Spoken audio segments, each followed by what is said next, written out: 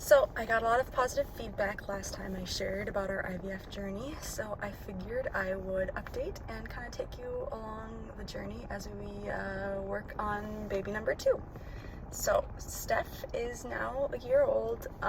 We contacted RMIA a couple months back just to see what the process would be to use one of our frozen embryos. One of the things they said was I needed to be done breastfeeding, just because of the process and the meds I have to take and everything. So we tried for a couple months naturally, just in case something were to happen. And then he turned a year, we weaned him, and now we're starting the process. So the first thing they had us do was get some updated lab work for me. And then we had a Zoom call with Dr. Leonard just to go over kind of what the process looks like. It's much more simple than last time since we already did all the retrieval and everything. So I just got done with my sonohystogram today. So that's just a water test of my uterus to make sure I don't have any polyps and that everything looks clear and good. She said it does, which is awesome. So I need to take some vitamins and just some extra meds for now while we wait for them to transfer the embryo back to RMIA. Then we will schedule the transfer date, and we talked about lining up my transfer with my natural cycle. I'm just using birth control, and then I'll just need to take, I think she mentioned possibly using a trigger shot before the transfer, and then some progesterone just to help baby stick and everything like that. But yeah, so we got the lab work done, the meeting with Dr. Leonard, and now the sono done. So now we are just waiting for them to contact us to let us know that we can schedule the transfer. She did mention that they like to do the transfer, try to keep it the same as last time. Well, last time it was a fresh transfer. This time it's a frozen. So she said our chances are about 50%, which Greg is very excited about. He's hopeful. I'm trying not to get my hopes up too high. Obviously, last time it took on the first transfer, which was amazing. And I am young and healthy, and so are the embryos and everything. So we have good odds. However, with that 50%, I am trying to not be too hopeful, but also I'm hopeful that this will work, and that I'm just excited to see Steph become a big brother. That's just sounds so amazing. So that is where we're at. We are just currently waiting, but we are excited, and I will come back on once we have an update. So I thought I would jump on here with Steph because we just got the call for scheduling the transfer.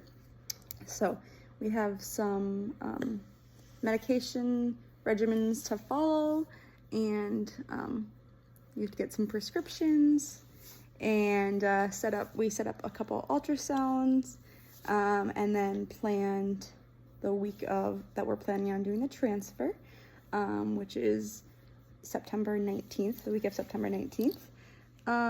So that's about a month away, if all goes to plan. So yeah, that's exciting.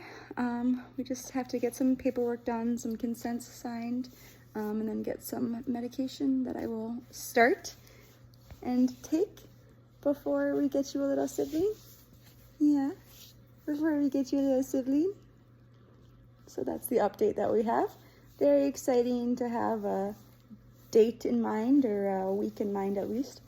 And we will see how everything goes. Steph? Yeah? Steph? Can you say hi? Can you say hi?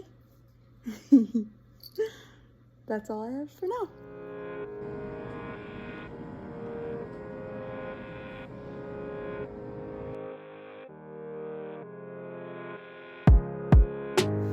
Excuse the lines from my sunglasses, but I just finished my appointment, my ultrasound and labs. So they checked my uterine lining, and they said it was good. They wanted it to be around 7, I think, millimeters. Anyways, and it was just under that. And then they were tracking a follicle. They wanted to see if one was big enough that I would ovulate soon, because we're doing a natural cycle. and it was. So I'm going back in tomorrow for more labs, just labs, not ultrasound. And then I'm taking my first trigger shot tomorrow night, if everything goes to plan. And then I will go back in next Tuesday for my transfer. So that is my update. I am very excited, very nervous, and hopeful that this will work. And that's it.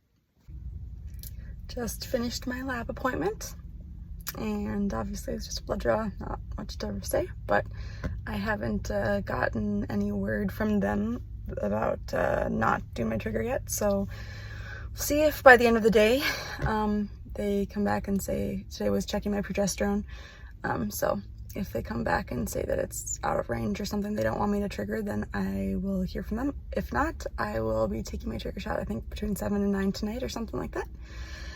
And that is kind of the go-ahead. That's the kickoff of this whole thing. So that is what I will be doing tonight. And I'm starting to get very, very nervous. I think there's a lot of fear around it not working, and the money that we would be out, and the lost opportunity. So trying to stay hopeful, trying to stay positive, but definitely feeling a lot of anxiety around that. So we will see what happens.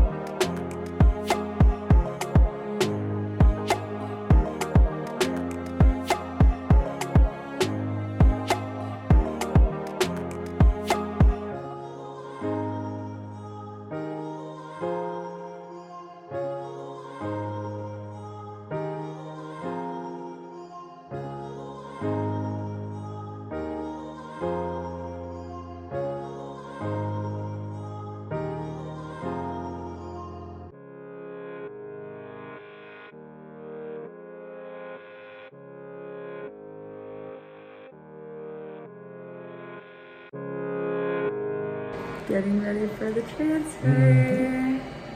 How do you feel? I'm not the one who has to deal with it. Are you excited? Nervous? Yes, very excited. Nervous. This could be it.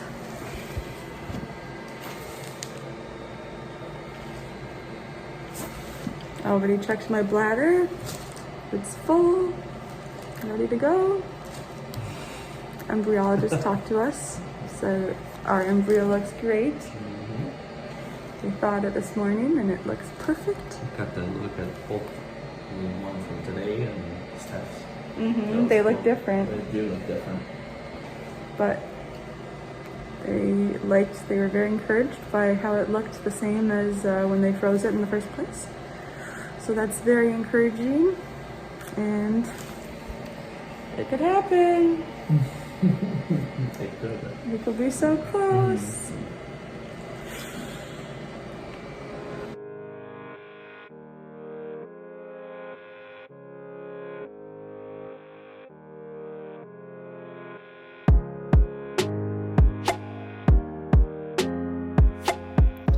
So yesterday was my blood draw for my HCG to check for pregnancy. I think it was 10 days after my transfer. So I went in for lab in the morning at like 9 a.m. And then they called me at, I think like 12:30, something like that, to tell me that it was positive. So I have a positive pregnancy. I go in again on Monday to make sure that my numbers are doubling. But for now, it is it's positive. It's more than well, exactly what we hoped for. But despite the fact that it worked first try for Steph as well, I'm kind of shocked. Kind of still feels unreal, surreal, I guess. But I'm thrilled and definitely have cried. Can't believe that we're having another baby. So excited to see Steph be a big brother. I'm so excited because we only have one more chance after this, one more embryo to try. So I was definitely feeling stressed about, you know, not having it work. And I mean, we're so grateful for having Steph and just the opportunity to have one kid, but didn't feel like we were done. We were hoping for another one. So we are thrilled, and now we're just gonna continue praying that it sticks and it continues to grow without any problems. And yeah, so go in Monday, and then I'm not sure the timeline. I don't remember. It's crazy. This is very recently, and I still don't remember the timeline for Steph. So I don't remember how long after Monday we'll go in for the ultrasound to see the heartbeat. But I'll keep you posted, and just praying for good doubling numbers on Monday. So that's where we're at. So I went in for my repeat HCG levels, and what they're looking for is for the numbers to have doubled, because in the first period of pregnancy, they want your HCG to be doubling every couple days. So I went in and my numbers were almost tripled. So they are more than what they were even looking for, which is amazing and means this little baby is growing like a champ. So we're thrilled. We go in for ultrasound in a couple weeks to see the little heart flicker, which we are obviously both pumped about. Greg gets to be there as well. I think it's gonna happen to fall on our vacation when we're up north, so we'll have to drive back from up north for the ultrasound, which is actually what we had to do 2 years ago for IVF with Steph. We had to come back and forth for multiple appointments. So this time it's just one, just for the ultrasound. Obviously it'll be worth it, but we do that in a couple weeks. Until then, it's just sitting tight, make sure we're avoiding hot tubs and strenuous exercise.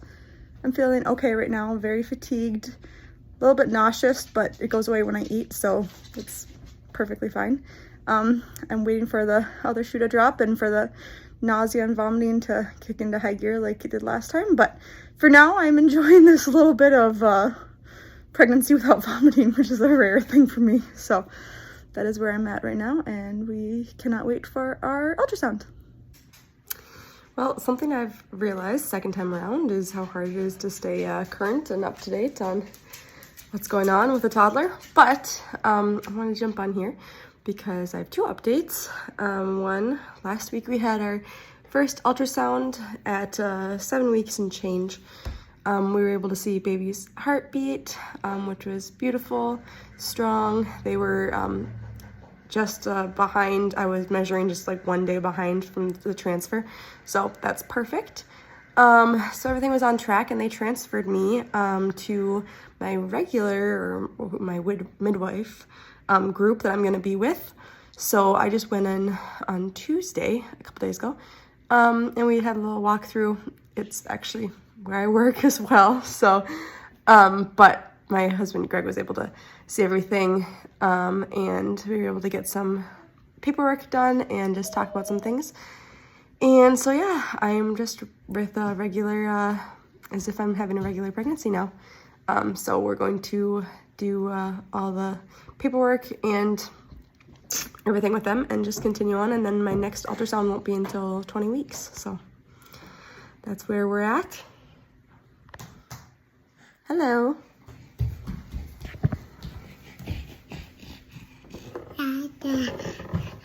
So that's where we're at, and nothing really else to report. Feeling sick again this time. Less sick than I was with this little bugger, but still throwing up and everything like that. So it's an adventure being sick with a 15-month-old who won't stop moving, but we're surviving so far.